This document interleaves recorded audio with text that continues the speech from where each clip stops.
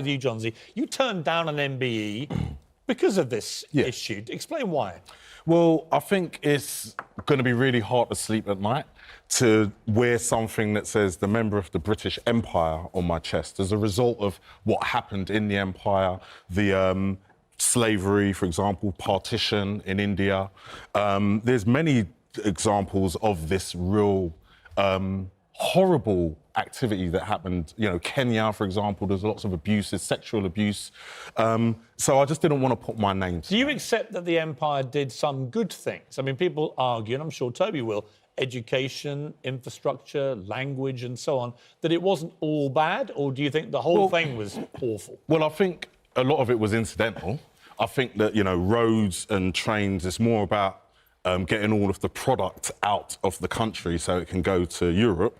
So I think that it's tricky to say that there were loads of good things about the Empire. I think we need a bit more of a balanced approach. Toby, the bad outweighs the good. And actually, in the end, it's a word on a title.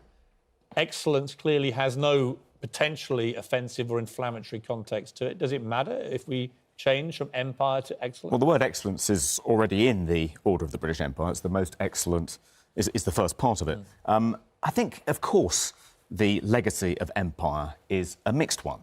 But let's not pretend it is just an unbroken litany of exploitation and shame. I mean, take slavery, for instance. Britain's participation in the transatlantic slave trade is certainly a stain on our history, but let's not pretend the British invented slavery. Over 1 million Europeans were bought and sold in the slave markets of North Africa between the 16th century and the mid-18th century.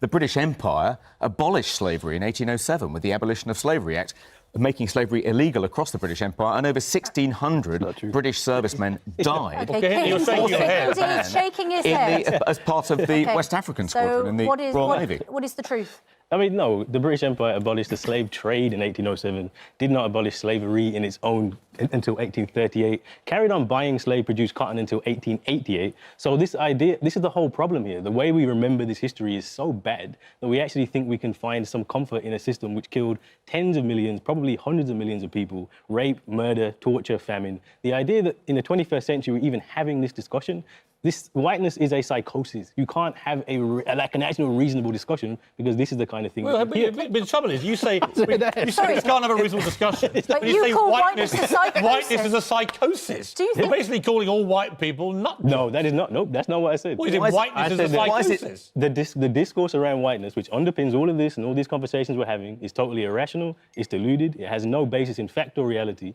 And the whole purpose of it is to perpetuate this continued. All right, Toby Young, you're a psychotic because you're white. That's not what I said. You implied But it. Kehinde, That sounds racist. Can you just explain, because that does sound racist. Whiteness is Well, it is racist. No. So whiteness is not just for white people. There are plenty of black people, Asian people who also purport the psychosis of whiteness. It's about the ideas. It's about the fact that in the 21st century, 60% of British people believe that empire was a force for good.